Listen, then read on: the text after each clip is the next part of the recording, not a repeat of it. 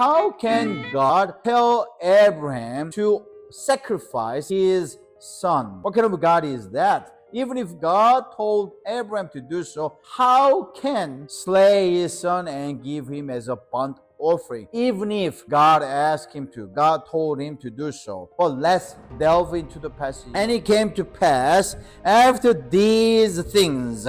So what are these things we'll talk about? After these things that God did tempt or otherwise test Abraham and said unto him, Abraham, and he said, Behold, here I am. God, here I am. In verse 2, and he said, Take now. So God tell Abraham, saying, Take now your son, your only son Isaac. There is no confusion at all. I'm talking about your son, but not Ishmael, but I'm talking about your only son Isaac, whom you love. So it is not Ishmael or it is not any servant, but I'm talking about Isaac, your only son that you really love, that I want you to take him into the land of Moriah and offer him there as a burnt offering. In other words, take your only son and go to Mount Moriah, there where I tell you, slay your son and give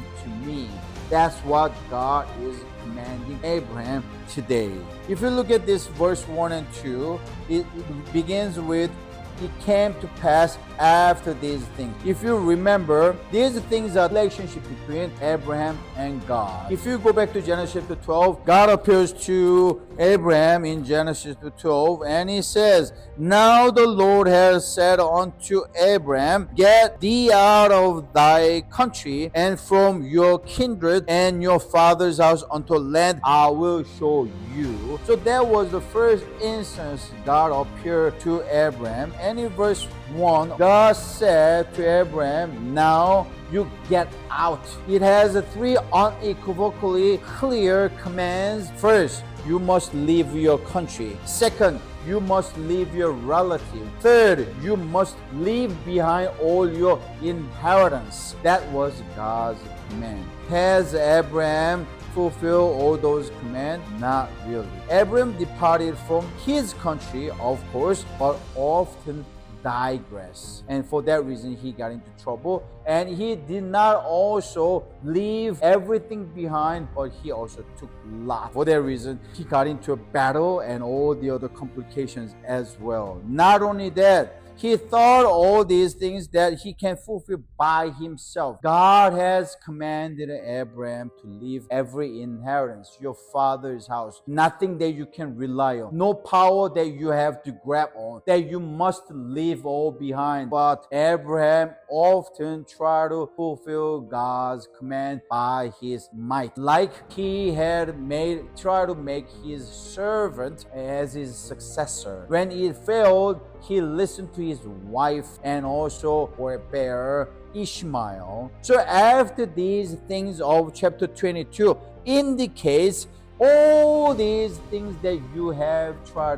to do to fulfill my command but fail. How many years we do not know precisely, but at least it took 30 or 40 years. If we were 30 years, now Isaac is 5 years old. But it is quite unlikely because later on Isaac has to carry some food on his shoulder. So maybe he was in the age of 12 to 15 at the least. If that is so, now from that on of Genesis chapter 12 to Genesis chapter 22 is about 40 years. And finally, God has brought Isaac as his son.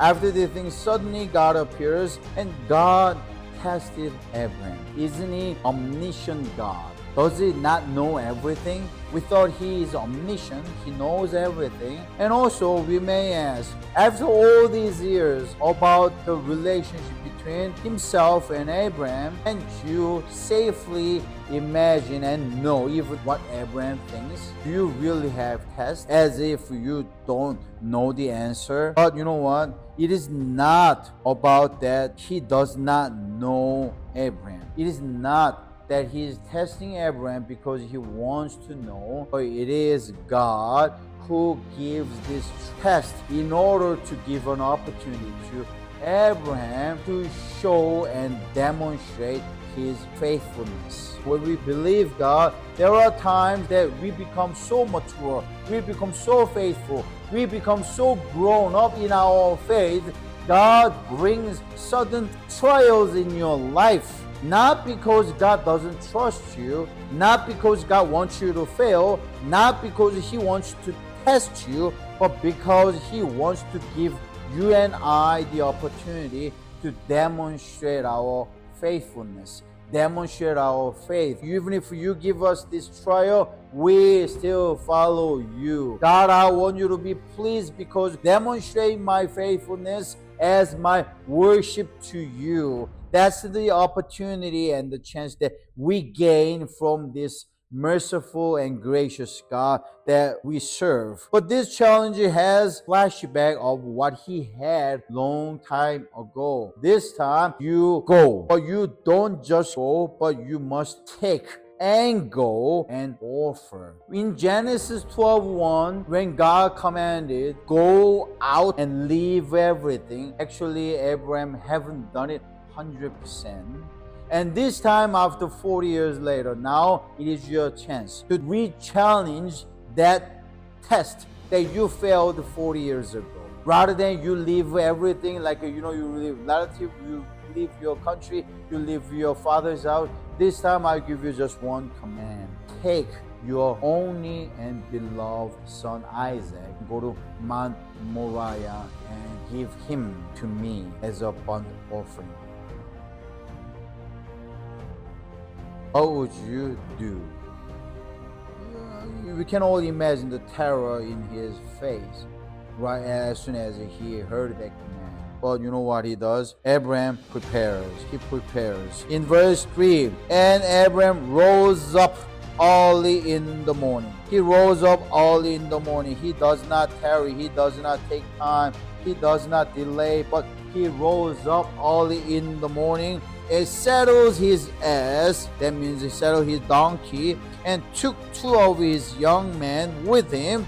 We do not know why he did that, because he's going to do everything, every preparation, but he still takes them.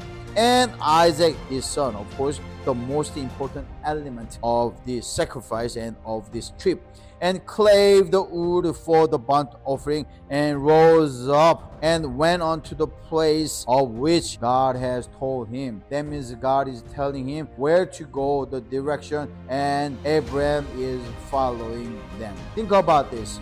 Abraham has prepared all these things. What was in his mind? Of course, I trust God, but God has told me something that I cannot comprehend, something that I cannot understand, and it doesn't make me happy. It doesn't make me pleased what God told me, but I decided to do it regardless. He rose up because he does not want to change his mind. He does not want to wait until that he wants to find any other excuse, but he rose up, he prepares everything, and he goes to the mountain that God has commanded. Many times when we think about God is a loving God, and loving God only gives us a good and pleasant thing for us. So you might have often heard about the expression that I had something that I want to pray about, and I prayed about it, and peace of God laid upon my heart, so I want to do it. Or prayed about it, but somehow I couldn't get the peace in my mind, so I don't think I would do that. Where does it say that? There is not even a single verse in the Bible telling you that you ought to do when the peace of God comes upon you. There is nothing. Christianity that we believe is not about emotion. It's not about feeling. We ought to do and follow God's command regardless of our feelings. Sometimes we don't like it. We don't feel like it. We are not happy. Even then, we ought to follow. That is the Christianity. Because definition of Christianity is not found in the emotions or our feelings, but it is only found in the commitment of our faith in the Lord Jesus Christ, and that oftentimes in opposition to our feelings. It is quite unbiblical to think otherwise.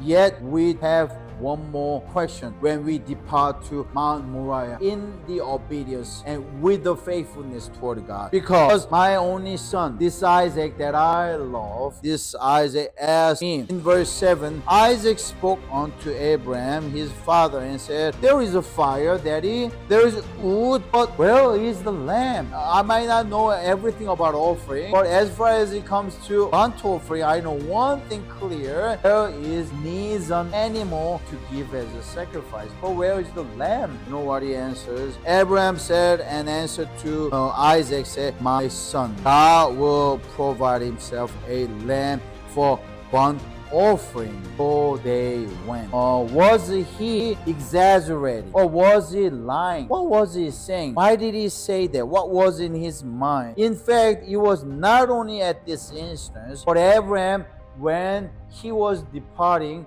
to the top of the mountain, he said that to his servant, two young men that he brought, he said to wait here. We will come back.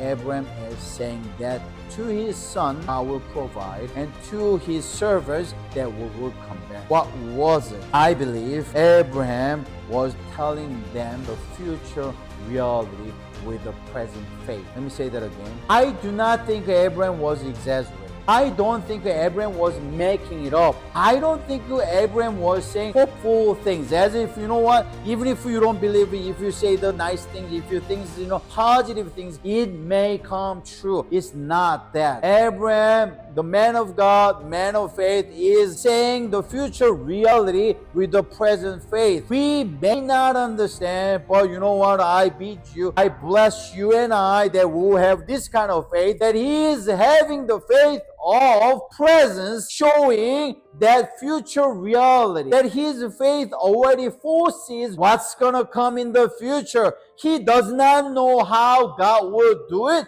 but he knows God will do it. Many times when we say we cannot believe God because we cannot understand, many times we profess to believe God when God explained to me, when I can comprehend, when I can feel like it, when I understand, I will believe you. That's not faith. The faith of Abraham is, I will believe you regardless, because I know you. The relationship that I have with you so far proves and evidences that you will make it. You are the God of preparation. Seems like I may be doing the preparation, but you are the God who always prepares the most important element, the lamb for the burnt offering. Who will provide the worship that we may give, but we will come back together. I see the future with my faith that is present right here. So that's why I profess. I may not understand though how and why. Why God asked this, how he will fulfill it. It's the element of intellect and emotion. I do not know. Sometimes I do not even care. I don't care what I feel. I don't care what I know, but I believe. So they went together. And now if you look at verses 9 to 14, you realize God does provide. In verse 9, and they came to the place which God had told him of, and Abraham built an altar there, and laid the wood in order, and bound Isaac his son. Look at this. For when Isaac asked him, where is the lamb? And Abraham said, God will prepare. But now, when we get to the top, what's going on? When we get to the top, Dad, you said God will prepare, but what is happening here? And now Abraham is binding his son Isaac. Isaac is a young man. He has an ability to get away, but he doesn't submit to the father. That's something that is incredible, that he submits. Time our father said, God will prepare. But now he realized, oh, I am the preparation. Can you imagine what was going on in his mind? Isaac was going in trust of his father. Not only Abraham was loving the son, but son also loved the father dearly. Son loved Abraham so much, so he followed without knowing it. But when we get to the top, Daddy, you said God will prepare, but now I quietly realize I am the lamb. I am the preparation. What do I do? What do I do? Isaac submits. Isaac doesn't say anything. In the Mount Moriah, now he takes out. It's not just showing it off, it's not just demonstrating it, but it is the reality that Abraham takes out his knife. He takes out his knife, probably sword. He takes it out and try to strike to his son Isaac. And that moment, the very moment, the break of the silence comes down from heaven, and voice of angel shouts from heaven, say, stop, stop. Something hurriedly shouts from the sky and says, now I know that you fear me, since you have not withheld your son, your loving son, from me. Abraham looked up, and there God really provided a ram for offering instead of his son. He did not know, but he believed God will do so. It is more important to obey than disobey and wait for miracle. How can God tell such a cruel thing to slaughter, to offer his son to God himself? How can God do that? And how can Abraham actually carry out that command to even kill his son, even if it didn't happen? And now there is, in addition, the follow-up question: how can his son Isaac also not reject, but to submit to his father, to give himself as an offering? This all comes down to one simple truth that we often disregard. Think about this. We may think it is so cruel. We may think God is so merciless. We may not understand. But you know what? At the end of the day, we have to understand, admit, and we must confess that we all deserve to die. But God is a gracious God. Sin is a heavy burden, my brothers and sisters. Day by day, the life we are now living is in fact not living more, but dying closer. You may think we are living more and more, living day and day, but in reality, we are dying closer and closer, getting closer to our death penalty. But you know what? Death is no longer the end for you and I. That is not the end, but it is the beginning. By the grace of God, it is the beginning of eternal fellowship with the Lord in heaven. Although God stopped Abraham from slaying his son, God did not halt his son to be killed on that cross for our sake. It was Abraham who built an altar in Mount Moriah. This Mount Moriah is the vicinity of Jerusalem. I believe that is the very location of where the cross of Jesus Christ was stood in Golgotha. None of us deserve one single breath for that reason, because we are so sinful. But it is given to us over and over again by the grace of God. Let us make it count. Whether we are in pain of Abraham, who has to suffer following the command of God, or in doubt of Isaac, who must submit to his father Abraham, we shall always fear God and have no doubt about his goodness and faithfulness, regardless of our intellect or emotions. That's what Abraham did, and that's what Isaac has done, and that's what you and I will do from today.